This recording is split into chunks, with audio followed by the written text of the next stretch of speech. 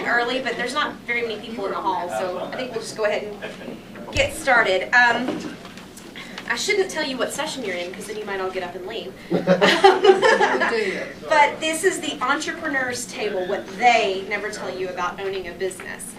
And I know we've definitely had, Darren and I in starting, well, he's really started out as his company, but now it's our business.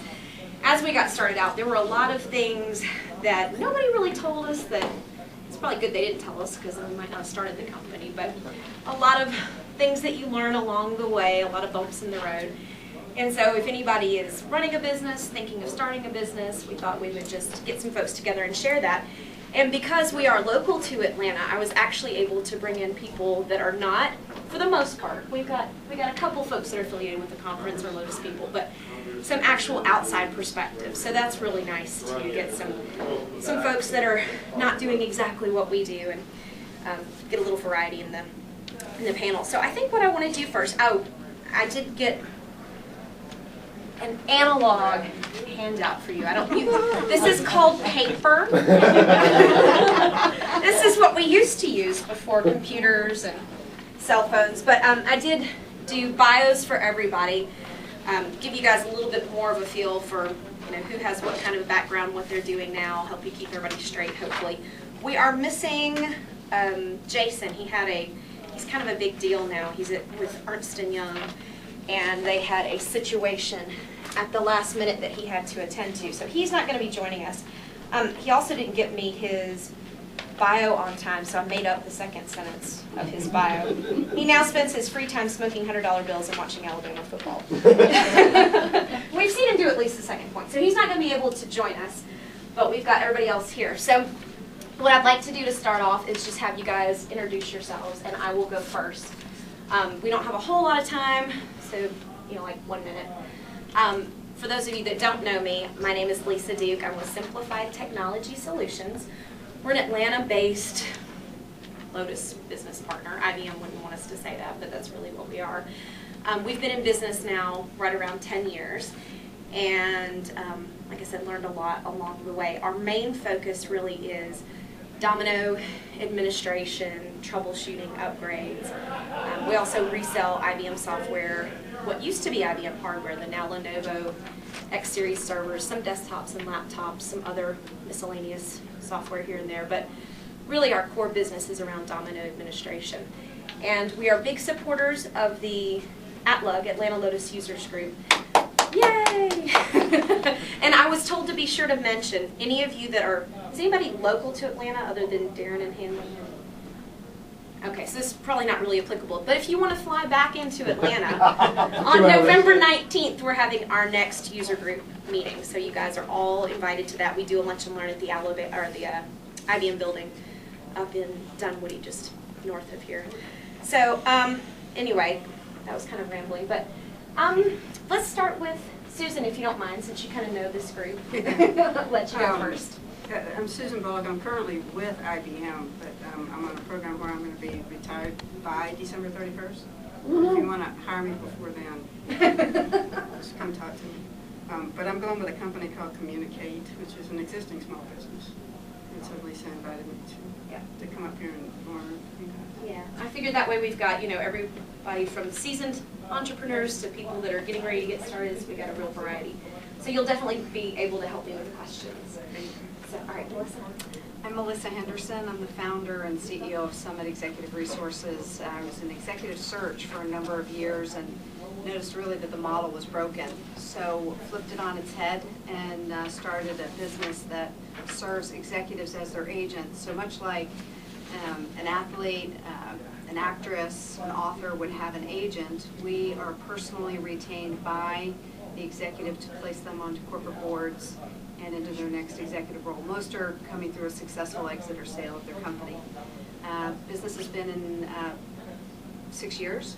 We're based out of Washington, D.C. area, with clients all over the country and internationally. We manage about 30 executives in our portfolio at one time. A small team of 5 and growing. I'm just thinking of it was a TV show and now they've done a movie, Entourage. You're sort of the Yeah. Ari. You're the Ari of the executive. A lot of people like to say the Jerry Maguire. There you go, yeah. A lot of people talk about Moneyball. I was at a private equity conference where somebody said Moneyball, and you got everybody's heads looking up finally from their phones. So, Somebody say that's money? the model. All right, Chris. Chris Kraft, first and foremost, I'm a believer in Christ. Second of all, I'm a CVO, Chief Visionary Officer at Now Media. We're a content creation agency here in Atlanta. Happy to be here. We write blog copy, static web copy, white papers, and also starting a lead generation solution next month. Been around since 2010. Things are going well. We're also 5 deep in terms of our team and steadily growing. Happy to be here. I bet IBM would like to hire you to write Darren's blog. I'd hire anybody. That'd be fun. And you really look more than 5 years old. I'm sorry, I'm 36, not 5. That's the business that's Well, you've been in Atlanta since 2010. Well, we've been, Now Media has been in operation since 2010. Yeah, and you guys started off in Columbus and are now located here. Yeah, started off in Columbus, Georgia, but now located here. Love Atlanta, Georgia Tech grad, Morehouse grad as well. Great. Just having fun out here. Fantastic. All right, Janelle. My name is Janelle Cochran, founder of Sophicware, Nashville-based tech company. We specialize in managing people's cloud infrastructure across any and all cloud providers. That means configuration management, developer operations, so-called DevOps, as well as security ops as well. And we add the additional benefit that when you use our services, it helps us to contribute to some social benefit. For example, we're involved with the Open Government Initiative in Nashville, as well as workforce development, retraining America to be software developers. But Janelle, I thought if I put everything in the cloud, I wouldn't have to deal with it anymore. That's why you call him. Yeah, exactly. When you find out that that's not how it works. Yep. All right, Mike. My name is Mike Smith, and after a multitude of careers, and I still ask children what they want to do when they grow up so I can get ideas. I've settled into the construction business of all things. In the 2001 downturn after your Y2K, somebody asked me to hang crown molding in their house, and I said, sure, I could do that. And then I went home and figured out how to do it. That's a skill you learned in IT. And it truly is. Your fingers aren't quite at the same risk level, but and since 2001 I've been in residential construction. In 2006 we kind of morphed into strictly kitchen and bathroom remodeling. I'm based here, I live here in Atlanta, and have been enjoying it for the last 10 years almost now. And at some point he's going to remodel our kitchen. What? At some point. I've told him this for years. You're just now finding out about it. After the house goes. So, all right, let me go ahead and get started. I've got a couple of sample questions, and then if you guys have anything brewing in your brains, feel free to raise your hand and join in. So, let's actually start with Mike. Because I know you, well, and you kind of already explained it. So let me not choose you. Let me choose Melissa. How did you choose your particular area of focus? Was it something that you were already doing as an employee and you spun off on your own, or was it completely different? So I was in traditional retained executive search with a big firm and then a mid-sized firm. And I was just noticing how really the model just was broken, meaning that we would develop relationships, if you will, with candidates, but if they didn't fit our search, they would just move on from them. So there was really no true relationship really between us and a company or us and the executive. And so I was actually approached in the fall of '08 by a group of executives asking me to create the model. Oh, wow. And they said, hey, can you flip this? And if so, I'll be your client. And so I worked with an advisor for about the first 9 months through various focus groups and processes to create the model and then go to launch. So it was truly something that was disruptive. There's nobody else in the country doing what we're doing right now. So it kind of happened a few different ways, recognizing something and then also being approached and trying to figure out is there really enough there to create a business from, a large business. So, where I want to go next. Let's actually start with Janelle on this next one. How did you know, obviously, you know that there's IT work out there, but how did you know as you were starting your company that there would be enough work, enough clients? Did you commission a big market research study, or you just kind of quit your job and hope for the best? How did you know that there'd be a market for your services? Well, it kind of answers the first question in this one you just asked. Software first started as a product company. I wanted to create a next object-oriented based database. Got basically 30% of the way there, and then, you know, given that wasn't, you know, it wasn't a product I could sell, obviously, because it wasn't complete. Well, actually, you can sell things not complete, but whatever. In order to fund this and actually keep the lights on, I worked at an agency doing software development, doing server administration, and it was horrible. They did not take care of their own server real estate, and there was a culture there where it prevented people from prevented developers from bettering themselves and making sure that customers are happy, clients are happy, that people are getting what they pay for. And I realized that, you know, that's running rampant across many hosting companies and agencies. You know, they don't really monitor their own servers. I mean, like, for real? So, you know, that's when I figured out that people might actually need that. So it was pretty easy to jump on because, you know, at least in that particular the area I was in at that moment, there was hardly anybody doing it, and customers did not know what they were paying for. They just know their website was up when they hit the browser, but they didn't understand the value of the IT work, which is a problem in itself in corporate world, getting people to understand the value of your IT team. So that's how I knew there was value in both educating individuals as well as actually providing them quality services. So what if what you're doing is a little bit more, I don't want to say generic, but you know, both you guys had a really specific niche, but Mike, with what you're doing, there's obviously construction companies that already exist. So how did you know that you would be able to get enough work to keep things going? How did you, how do you differentiate yourself and know whether or not there's too much competition in a field? There's never too much competition if you differentiate. And that was the key for us from the beginning. One of the things that I looked at was what do I enjoy, what makes sense, and then I looked at the market around where I live. And the Atlanta market had a big building boom in, I want to say, the 80s. It slowed down during the beginning of the 90s, and it picked back up in the middle of the 90s and carried us through 2006. The average age of a kitchen, if it was built in the 80s, is now in its 30, 40-year-old. It's time for it to go.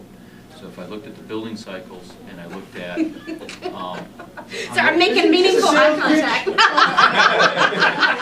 No disrespect intended. But, and if you I also looked at the quality of the materials that people were putting in kitchens and bathrooms in the last building cycle. I have people now that have less than 10-year-old homes calling us to totally gut a 10-year-old kitchen or a 10-year-old bathroom. So the combination of the building permits, what was being done, and the quality of the materials said, this is a direction. And the other reason I chose that direction is because women make the decisions in those rooms. And that's where I wanted to be. You wanted to be with the ladies? That's why you were tired of IT? No, I was tired of the cycles and that, so I decided to go with the cycles like this. But part of it is the emotional and the aesthetic qualities that have to go in, and it combines a number. You can't just build a square and empty box. So that's why I prefer to work with people who have a taste or a design, or a taste for what the finished product's going to look like. And that's why I ended up in the area. And back to what do you start with and what do you end up with? Somebody, when I started, says don't be too assured in your mind what your business is going to be. Let the market tell you what your business is going to be. And that's what it morphed into. It wasn't that I started here, but that's where I ended up. And now I have a very well-defined understanding of what I want to be doing and why. Yeah, that's interesting. That actually started with us we kind of went through that same process, and we'll probably go through that process again. But when we first got started, we're 3 guys that started the company. Darren was kind of the ringleader, and 2 other guys. And they gave me a list like this with 3 columns on it in like the tiniest font, and said, these are the things we can do. Go find us customers. And I was like, okay, which ones pay the most?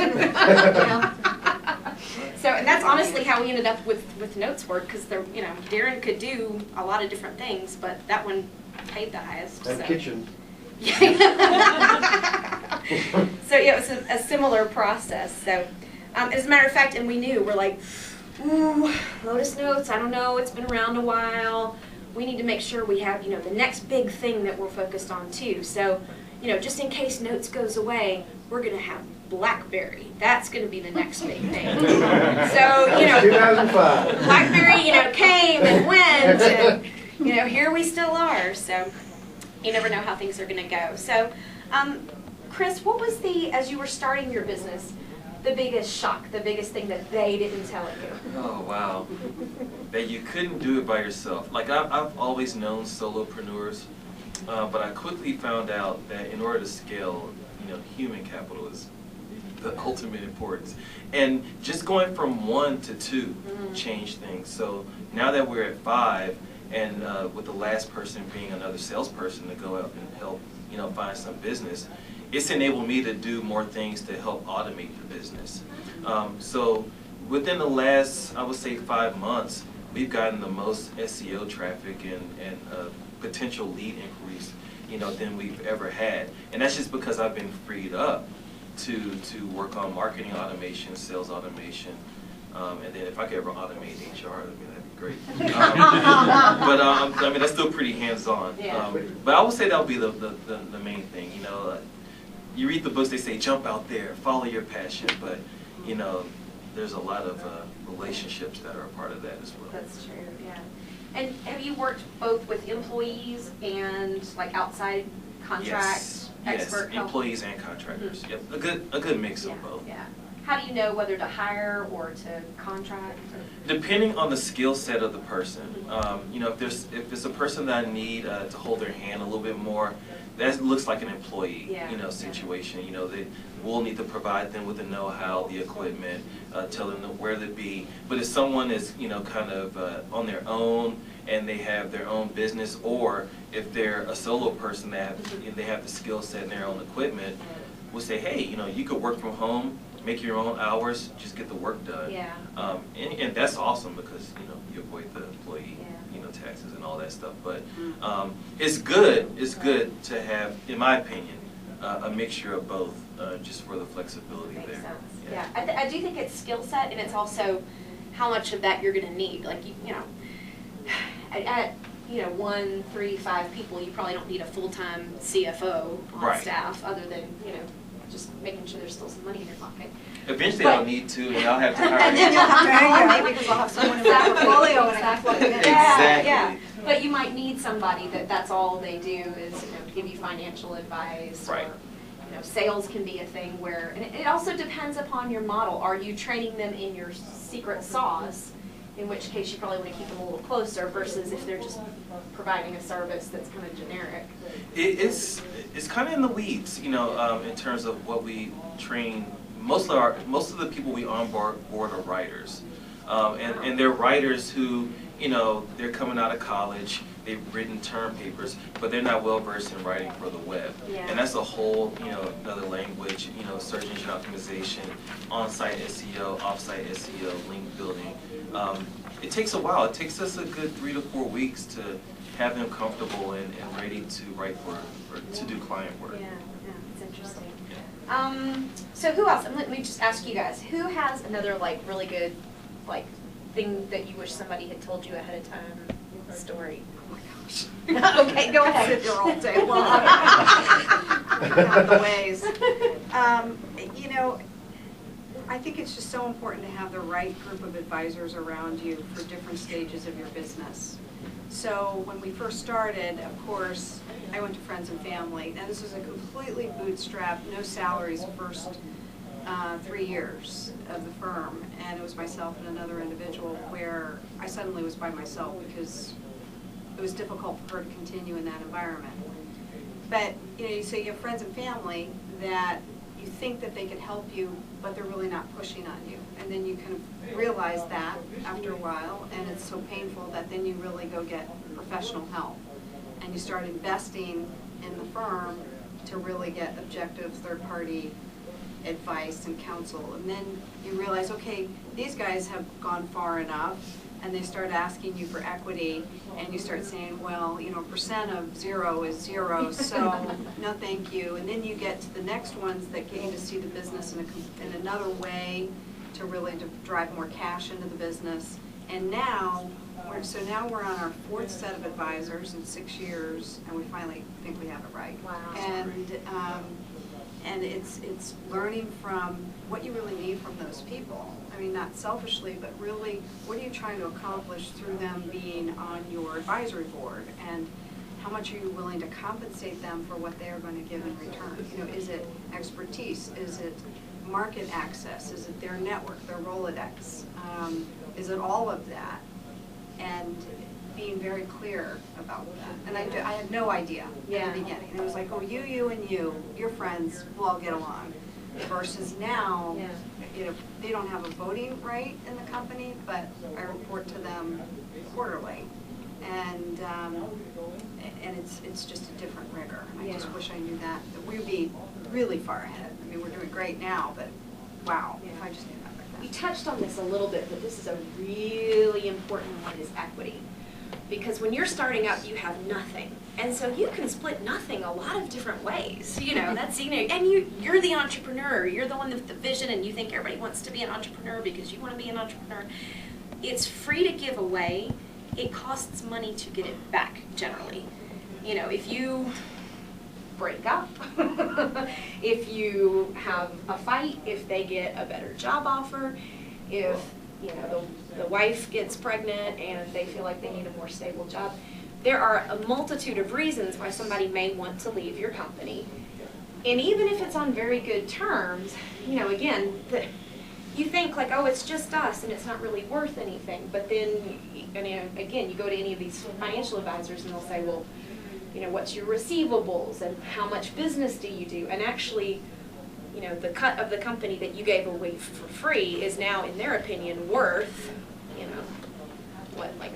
25% of the company for the rest of forever. And you're like, well, hang on, if you're not working here, I don't want to give you 25% of our profit. That's not right. So that is something to think about, is to make sure, again, to know when to contract, when to hire, and try not to have partners, especially not your spouse, right?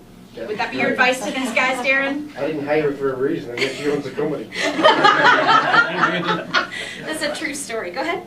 I found it interesting. You said you are through your 4th set of advisors. How do you pick that? How do you know what stage you're at in the company, and therefore you need this, this, and this as advisors? Well, we have a marketing firm that we've worked with since the very beginning. It's called Hinge Marketing, and Lee Fredrickson's PhD, and actually in psychology. This guy's really amazing, and so he calls it the sticky window. So you're moving along, and that window is just going up and down, and all of a sudden you're like, it's just not moving anymore. We get to a certain growth stage, and you look at really all of your resources and what kind of support you have. So every step of the way, we had hit a wall, and we just weren't growing anymore, or things were really hard, and we said, what's wrong with this picture? And so, you look at the 2nd set of advisors. They got us very, very in tune to keeping timesheets every 15 minutes. We know exactly to 15-minute increment what we're working on when, and they got that into a level of us really understanding the efficiencies and the cost of our firm and how we're operating as a professional services firm. But we also saw a team member that we don't know what she was doing. She clearly was not executing when she said she was executing, and that led to a termination from the firm. But that's what they were good at. And then it became, the next level of growth. And so it was, the simple answer is, as you hit that sticky window, what do you have around you that through your resources or your advisors that are going to help you get to that next stage, and that's how we knew. And I will say though, you also have to be very careful because there are a lot of, I can't think of a nice word for Snake scam oil artists. salesman. Yeah, there are a bunch of people marketing themselves as business coaches, business advisors, and the only thing they know how to do is to sell themselves, and they've gotten really, really good at that. So be very and you know, it's hard to know because if you've got a good advisor, their time is valuable and you should pay them. But some people really don't have a lot to add. And one area where I have seen the most like scammy operators is trying to get government business. Oh, I don't yes. know what it is about that just brings like the criminals out. Well, there you go. I guess like attracts like, you know. Oh, sorry if anybody's working for the government. One of our biggest clients. But yeah. So there's all of these firms that say like, we will get you ready to do government contracting and we will help you.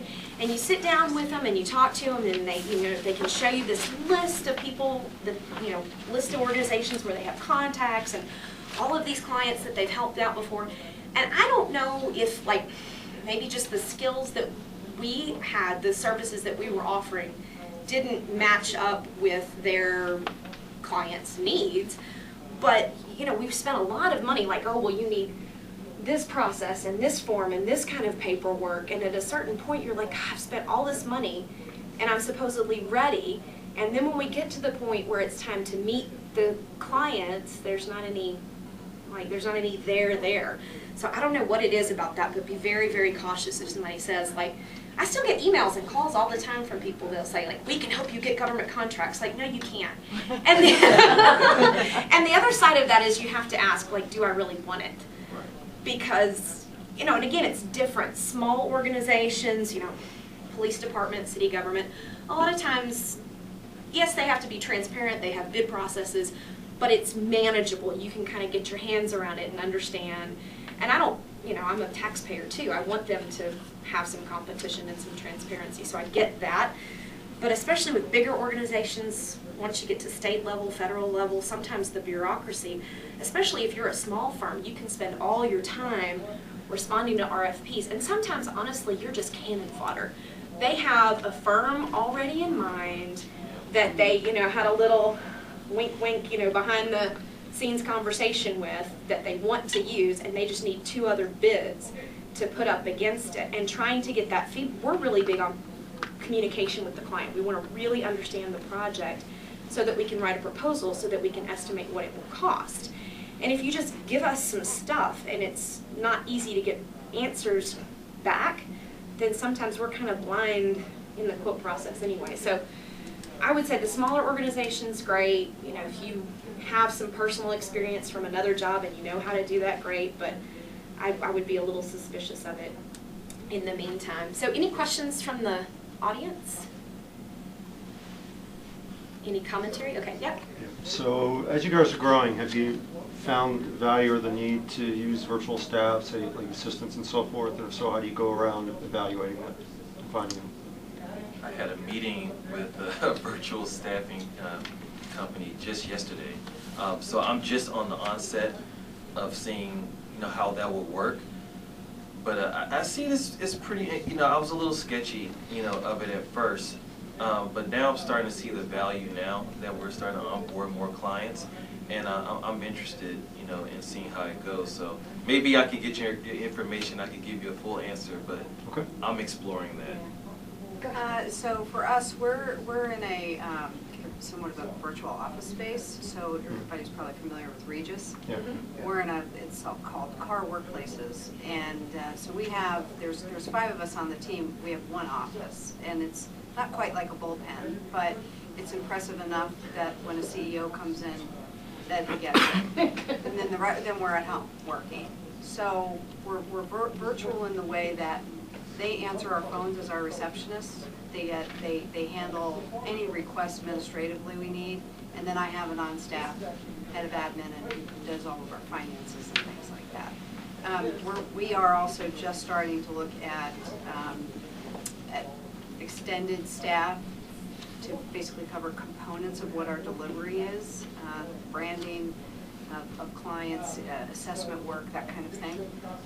So again, trying to really protect kind of the home base and not get too far ahead of ourselves by hiring on full-time employees and then really looking either to contract or virtual. So it's something we're looking at constantly. I have a rule that I try to follow, and that is if I can, I'm not going to pay you for the hour unless I can see the hour.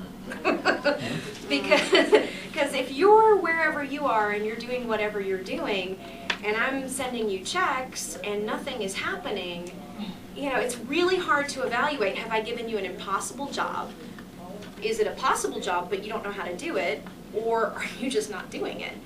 So if you're going to be paid salary, hourly, I want to see the magic happening. If you're going to be remote off someplace, then I want to pay for results. So if you're, you know, making phone calls, then come and sit next to me and I can see that you're working. If you want to pay, you know, want me to pay you $50 a lead, as long as it's a real lead and we agree on what the definition of that is, then that's fine. But if you want to sit at home and allegedly make phone calls, I just, it's too murky for me, but I'm kind of bossy and controlling. So. I could build you a Lotus Notes database that allows you to track, you know, when they go in and open it up and touch each document, so you can get the timesheet. Yeah, but just because you're putting in an activity doesn't mean that you picked up the phone. Although I'm sure you could also write me an app that, you know, pulls data out of the phone, and I'm sure there's a way, they probably sell things like that, but that's just been kind of a rule of thumb for me, is if you want to get paid by the hour, then I need to see what's happening with the hours. If you want to get, you know, if you want to have total freedom and be a contractor, then I need to pay you for a result. You know, we're going to pay you this much money and we'll get a website with 6 pages that, you know, look like these mock-ups. But not just, you know, you're going to work on it for a while and then you're going to ask for some more money. And go ahead. Yeah. Well, and that brings us, my business is entirely different. I have one part-time bookkeeper and everybody's contracted. But I have very tangible results. You get paid to put the plumbing in. If the plumbing leaks, it's pretty obvious that I got a problem. So the counter to what I've also tried to bring in virtual designers when we go through the design phase. And I find that if the goals aren't aligned between that subcontractor from a business perspective and my business, it doesn't work. If I pay a designer by the hour, I never get the job done. Because what's the rush? What's the rush? They're billing by the hour, and the client's paying them by the hour, and if a client has their own designer and they're getting paid by the hour, then our goals aren't aligned because I get paid by the job. So the profit and loss motives and the profit and loss structure of the companies are entirely different motivations. So I think it's important that everybody, I know it is on my team, everybody on my team is commissioned, whether they work for me or not. My tile designer works on commission, and she gets those designs done like that. Because she listens to the client and it's over with. We're not going through 47 different choices. So I think alignment on a P&L basis helps. Yeah. You're getting white subway tile. No. No white subway tile. Not in my kitchen. That's what I want. Costs extra. You know, I think, though, to this point about virtual admin, you know, my first 2 years, maybe 3 years, I didn't have an admin. I did everything and ran the business and delivered on the business. Now I have somebody who is full-time. She can finish my sentences for me. She knows exactly what she reads my mind. She knows exactly what's going on. And I think when you get to the stage of hyper-growth, which we are definitely there, and in it, and trying to survive through it, you need somebody like that has your back at all times, no matter what. And they're often saving you from embarrassment, not being in the right place at the right time, or handling things that are just coming like a fire hose. And I think you have to have somebody like that you trust as a partner that is all yours as you're really driving the business. Well, and sometimes it's good, too, to contract things out, if nothing else, to kind of explore how valid your excuse is. If you think, like, oh, if I had a sales rep, let's not even do that. If I had, let's say, if I had a bookkeeper. If I had a bookkeeper, then I wouldn't have to do all this paperwork, and I could be free and I could sell more. So you hire a bookkeeper, and then you realize, like, oh, I'm not selling anymore because actually the problem is I don't like picking up the phone and calling people and asking for money and asking for business. So sometimes it's worth going through that, even if you then let the bookkeeper go and go back to the way things were. Sometimes it's worth going through that, if nothing else, just to knock down your own excuses and to be, this is, you know, the scary thing about running a business is you got nobody to blame. I mean, you can blame the market. We love to blame IBM. That's a good one. Yeah. So, you know, but in reality, you know, what you do leads to your results. The more you do, the more results you have. Yes, there are factors that are outside of your control, but sometimes it's good just to kind of knock through your own excuses and have to face like, oh, it's me. I'm the problem. I have to say something here that I can't stress enough. No matter how small you are, make sure you've got a good lawyer because you will get sued. Oh, God. We've been sued. Get a great accountant, and I'm not talking somebody that's just a little mom and pop shop. I'm talking somebody that's a real corporate accountant. Make sure you've got your liability insurance, and make sure that you are truly a registered tax-paying business, because if you don't, if something will break along the way, and then you're going to be recovering from that. So it's, I've seen so many of my former colleagues from executive search go out and hang a shingle and just do executive search, and I say, who's your accountant? Oh, I do everything on TurboTax. Oh my goodness, you know, who's your insurance agent? Insurance? And it's just, it sounds silly, Yeah. but it's just so true. You will get sued. You will have an employee come after you. It will happen, and no matter how small you are. Yes. Great advice. So, well, let me pull you in, Janelle, because I know your company's in a little bit younger stage, and you're the guy right now, right? Okay. So, for somebody else like Susan, who's, you know, going to be getting out there, going to be doing more work, what advice do you have in terms of, like, how do you get started? How do you get clients? How do you really get the ball rolling on the money-making part? Go ahead and have your long-term plan and short-term plans, but focus a lot on the models in which you're using to understand your cash flow and where your resources lie. Sometimes the things that's going to bring you money down the line and bring the revenue is not necessarily the hourly where I can get a client to pay right now. There's a trade-off between the amount of time in which you can spend that actually brings in the revenue and the time it takes to actually grow the business. So I definitely use as much as possible, I outsource as much as I can. Like payroll, like it's outsourced. Like people get paid, I don't think about it.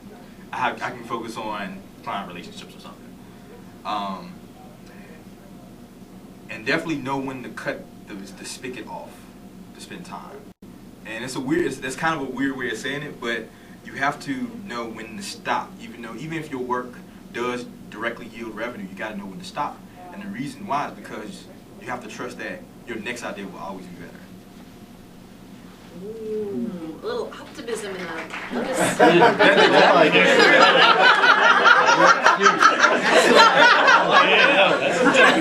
He needs to leave. It was so uplifting you moved to the next room over. That's pretty epic. So, well, Susan, as somebody who's getting started, I know you're kind of slotting into an existing company, but I imagine you're going to be scrounging around for your own projects and clients in addition to whatever they have you help out with. So you got some great resources here. What questions do you have, that things that are on your to-do list or things that aren't, that probably should be? What questions do you have for the group? Well, right, I'm just taking notes. I'm doing it. And a little doodle. Yeah, I love doing more. That's supposed to indicate creativity, right? Or boredom. No, not boredom. She's got some good notes over here. Yeah, but to your lawyer and accountant thing, the one reason I am joining an existing company, and there's two primaries and two other people, so I'm going to be the fifth person, and it's because that's already set up. Because they've been doing infrastructure. It was a one-person company for a while, and then Alex, the owner's brother, joined. He happens to be a retired Navy SEAL, which brings in a lot of government work. So what are you doing? She's a sniper. Yeah. He's a sniper. He's actually he's a bomb disposal technician, so we're he's the vice president in charge of not blowing things up, so we can have Darren in. But that is a big part of it, and you were talking about the government contracting work. Well, that was one way that Kate ensured that she was going to get contracting work, because it comes with the net too. I mean, they have a network built in, along with a top secret clearance. Wow. So no, Yeah. hire Navy SEALs. Hire Navy SEALs. So they're actually bringing me in for a different skill set for the administration, for the stuff that needs doing. Yeah. Well, and you're bringing a huge network with you as well, so hopefully there'll be some overlap there. Yeah, but the advisors, basically I hired them as an advisor. So. You know, I think business comes from doing really great work for other people. We're very fortunate. So we're 100% referral-based business. I do no business development whatsoever. The only business development I do is to convert a referral to either a client or a little point solution that's kind of retail-like, and we move on. So that's off the back of doing this 70 times successfully, and so the next one comes to the rate of about 6 to 8 referrals a week. That's great. So it's all just doing really great work for someone that turns to the next one, and not being afraid of turning away work. We turn away a lot of stuff, and we're getting known for that. That we're hard to become a client of, and there's nothing wrong with that either. Not being all things to all people. And then I think the business development stuff starts to take care of itself more converting than you are originating. Yeah. Well, I know that's something that we went through, because I come from a sales background, one of my many backgrounds. But when you're in sales, especially for a bigger organization, you don't really care what happens after you've done your part. You're like, yeah, I sold the deal, I'm awesome, not my problem. That's how you end up on Susan's list, right? Somebody like me did that, and then she has to fix it. But but I know in working with Darren, he's just been doing this for so long, 10 years for us. And then how long were you at Eagle before? Too long, probably about another 7-ish. 8, 9. Yeah, yeah. So, and it, you just get a feel after a while, or he just has a feel after a while, for, who the crazies are, when the project is already doomed and there's nothing you can do. And, that caused some conflict at first, because I'm like, I need to win and I need to sell, and he's saying, no, we're not doing that project. Like, are you insane? Take their money. But the few times when I have pushed and made him do something, or made somebody else do something, that we got he calls it the spidey sense, right? So when he just kind of knows, he's like, this is not going to be good. And one of those projects, the first time it kind of hit me was actually we sent a guy that worked for us, Ed, out to a client, and this guy had been just kind of a booger, right? Like, he was just difficult to work with. But I'm the salesperson, so I beat him into submission and I got him to sign. And then I said, Ed, out there. And Ed comes back in the office, he's like, And he's the nicest guy you'll ever meet. Nicest guy, really, and he's not a diva. Like, he's totally easy to get along with. And I was like, oh, I won, but now, my employee has to deal with this clown every day for weeks and weeks. Like, okay, so maybe I didn't really do the company a service. And then the other thing too is there was another project that Darren actually did. I don't even remember the details of it. It was the same thing. He said, my spidey sense is going off. We need to walk away from this. Like, no, we're doing it. You know what? We didn't get paid. So we're exactly financially where we would have been if he hadn't done the project, except then we could have taken something else. So that's really important. And also being honest with the client when it's not our skill set. I have heard in the consulting world where, maybe somebody's been on site with a client for a long time and they say, I don't care that you don't know it, we'll pay you to learn it. But that's kind of, again, in that situation. Like crown molding, right? Yeah, like crown Betcha. molding. It's on the web. But in that situation, you need to be, fairly honest, especially doing IT work. You don't want to, I'll just wing it. So if that ever does happen, you need to be very honest and say, this is not, and put this in writing, like, this is not my core skill set, but I like working with you.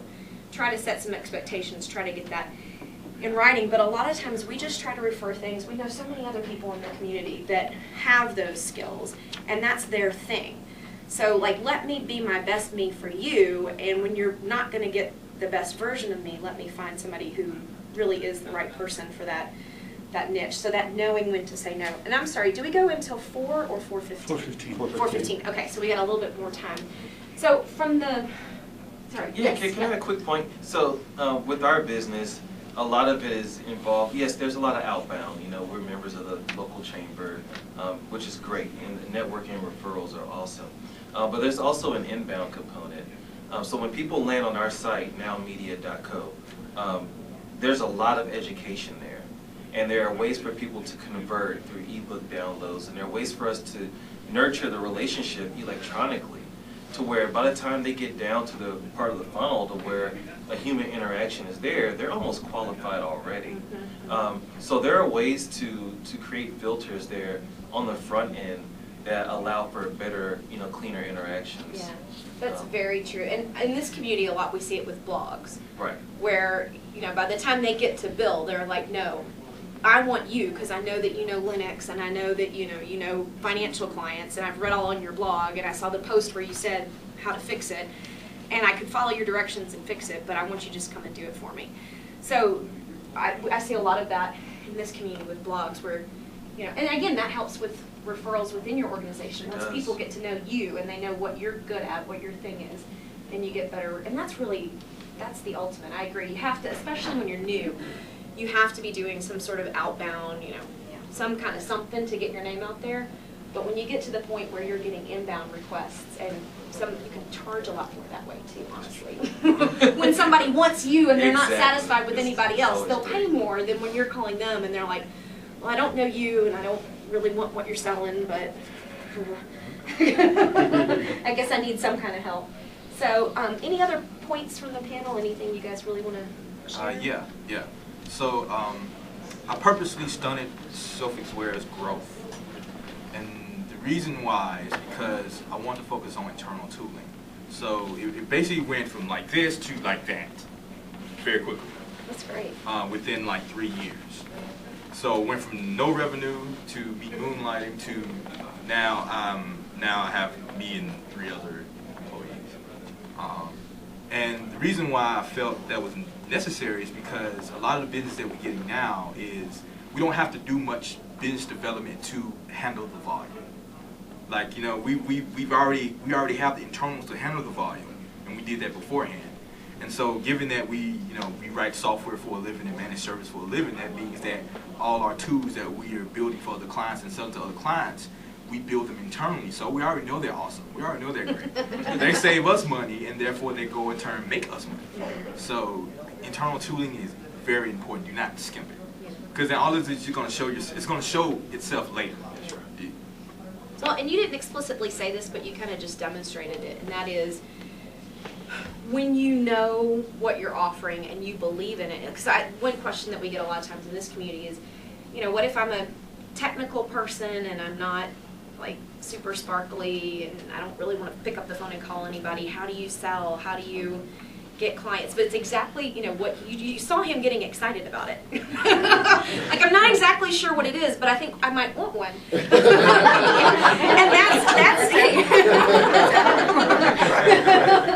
And that's the biggest thing. So if you're like, oh, I'm not a salesperson, I'm afraid to sell. That's really what it is saying like, I have this thing, it's freaking awesome. I would love to, you should have this thing too. Let me show you how it works.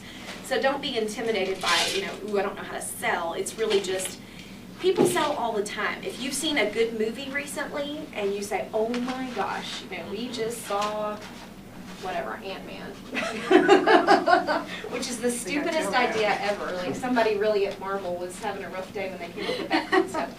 But, you start to hear that word of mouth when, you post on Facebook or you tell a friend over lunch, like, oh my God, I saw the best movie. It was so cool. You've got to go. You've got to take your kids. And then a week later, they're like, we went and saw that movie over the weekend. That was so awesome. That's sales.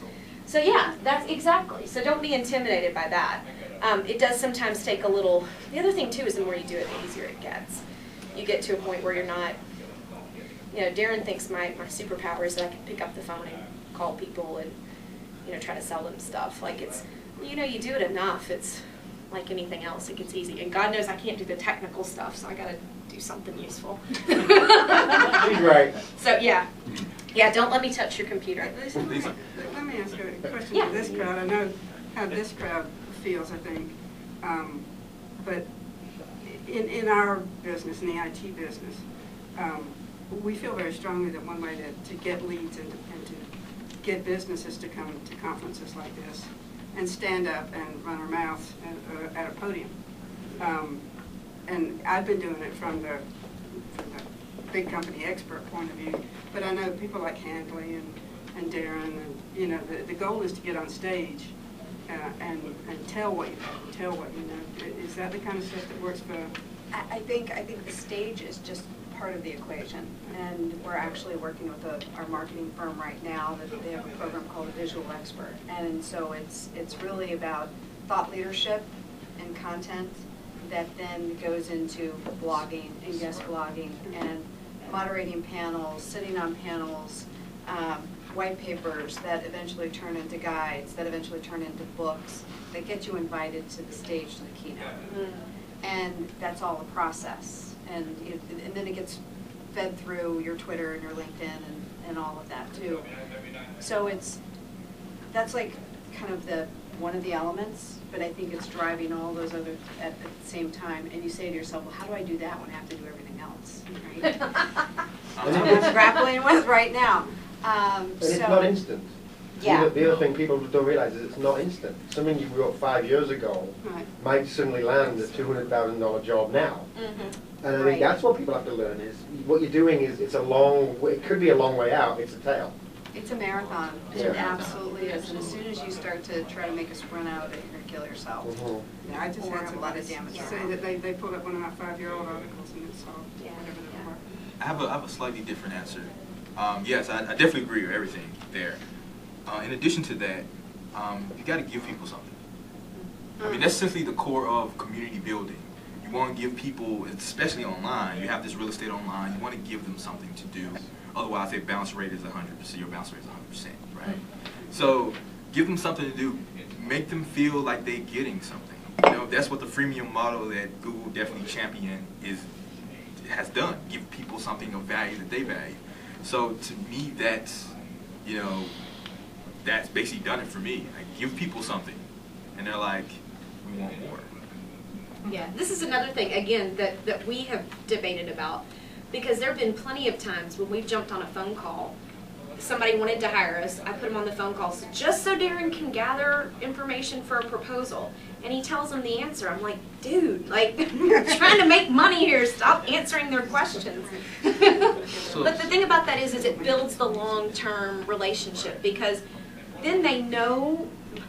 People do business with people they know, trust, and like. Even in the age of the internet, it's people you know, trust, and like. And if you answer somebody's question for free, the next time they have a question, you're at the top of the list. You've already proven expertise, you've proven competence, and you've proven that you're a good human being. So it goes a long way.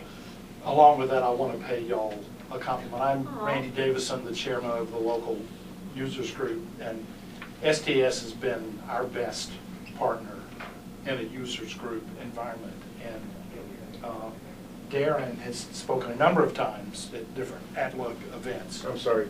Well, don't be, because after speaking at average-sized crowds over a period of time, always providing value, always giving people answers and solutions.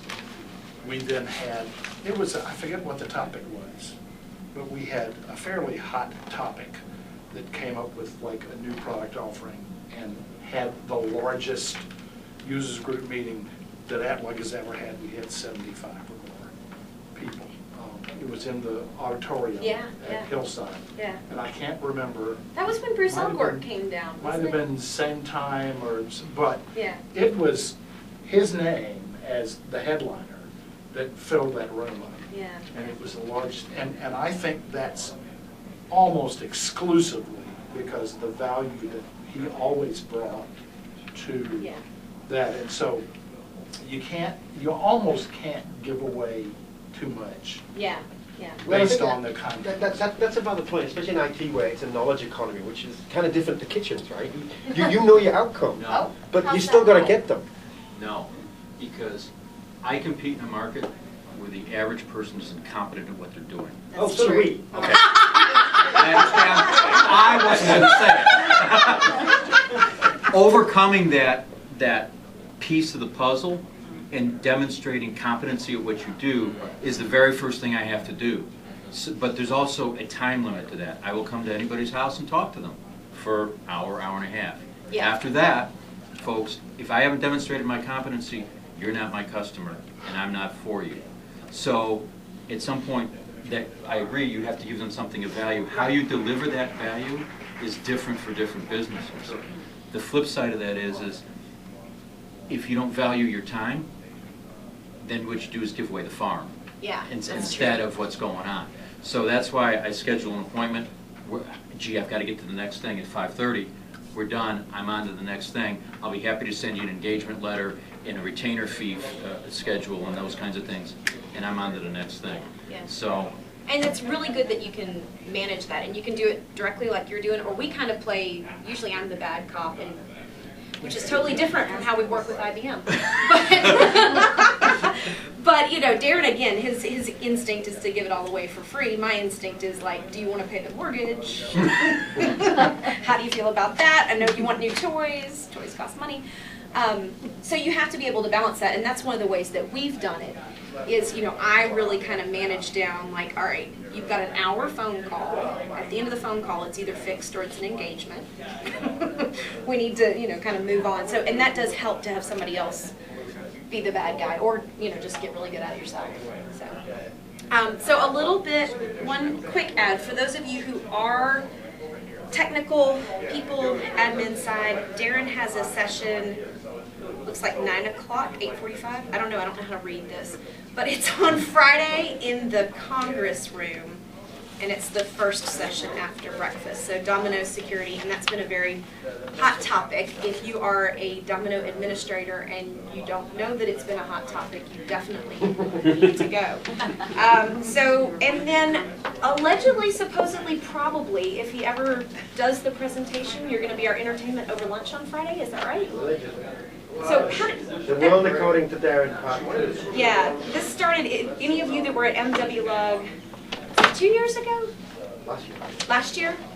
He was our entertainment over lunch Friday and kind of explained to everybody why he is the way he is. And it was very funny. At one point I got so tickled and embarrassed I had to crawl under the table and hide for a few minutes and recover. But still, people could still hear you, right? Yeah. And then you did that same presentation at our Day of Champions in Atlanta. What was that, February-ish of this year? Something like that? March? Okay. Yeah, so it's not going to be the same presentation, but same idea, new outrages that he has observed in the world. Will that be taped? Hopefully not. I hope so. So unfortunately, that's about all we have time for. You guys on the panel, I sincerely thank you all for coming down. So yeah, we had a couple of folks that were in town for the conference anyway, but they were brave enough to sit up here. And then we had people that came in from other parts of Atlanta and are now going to have to go contend with traffic. And then poor Janelle came all the way from Nashville. So can we give them a big round of applause?